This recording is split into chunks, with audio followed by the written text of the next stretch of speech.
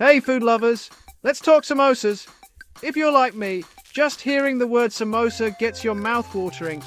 That crispy golden pastry wrapped around a spicy potato filling, it's totally irresistible. But here's something that might surprise you. Samosas aren't just delicious, they actually come with some real health benefits. Let's break it down.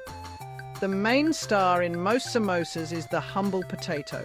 Potatoes are packed with vitamin C, potassium, and fiber. So not only are they filling, they're actually good for your heart and help keep your digestive system happy. Now, toss in some peas. Those little green gems are full of protein and vitamins, like vitamin K, which helps your bones stay strong. Then there's the spice blend.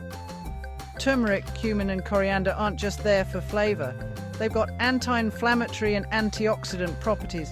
These spices can even help boost your immunity and keep your metabolism on track. You can also make samosas even healthier by swapping out the deep fry for baking or air frying. The flavor's still amazing, but you cut down on the oil, making it a bit lighter on your stomach and your waistline.